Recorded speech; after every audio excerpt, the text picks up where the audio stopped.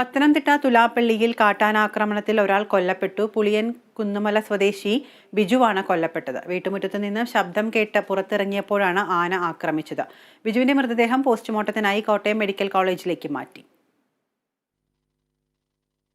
വീട്ടുമുറ്റത്തെ കൃഷികൾ നശിപ്പിക്കുന്നത് കേട്ടാണ് ബിജു വീട്ടുമുറ്റത്തിറങ്ങിയത്. ഇതിനിടെയാണ് കാട്ടാന ആക്രമിച്ചത്. തുലാപ്പള്ളി ടാക്സി സ്റ്റാൻഡിലെ ഓട്ടോ ഡ്രൈവറാണ് ബിജു.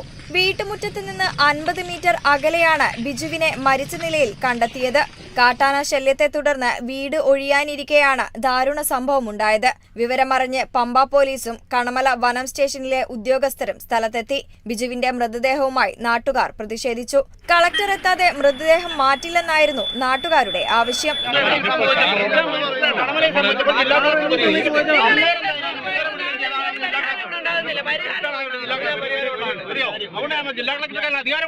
നഷ്ടപരിഹാരമടക്കമുള്ള വിഷയങ്ങളിൽ 24 മണിക്കൂറിനുള്ളിൽ തീരുമാനമുണ്ടാകണമെന്നാവശ്യപ്പെട്ടായിരുന്നു പ്രതിഷേധം. കളക്ടറെത്തി നഷ്ടപരിഹാരം ഉറപ്പു നൽകിയതോടെയാണ് പ്രതിഷേധം അവസാനിപ്പിച്ചത്. പത്തനംതിട്ട ജില്ലാ കളക്ടർ പ്രേംകൃഷ്ണൻ 10 ലക്ഷം രൂപ നഷ്ടപരിഹാരവും കുടുംബാംഗത്തിന് ജോലിയും ഉറപ്പു നൽകി. ഫെൻസിംഗ് അടക്കമുള്ളവ സ്ഥാപിക്കുന്നത് സംബന്ധിച്ച് DFO എത്തിയ ശേഷം തീരുമാനമുണ്ടാകും.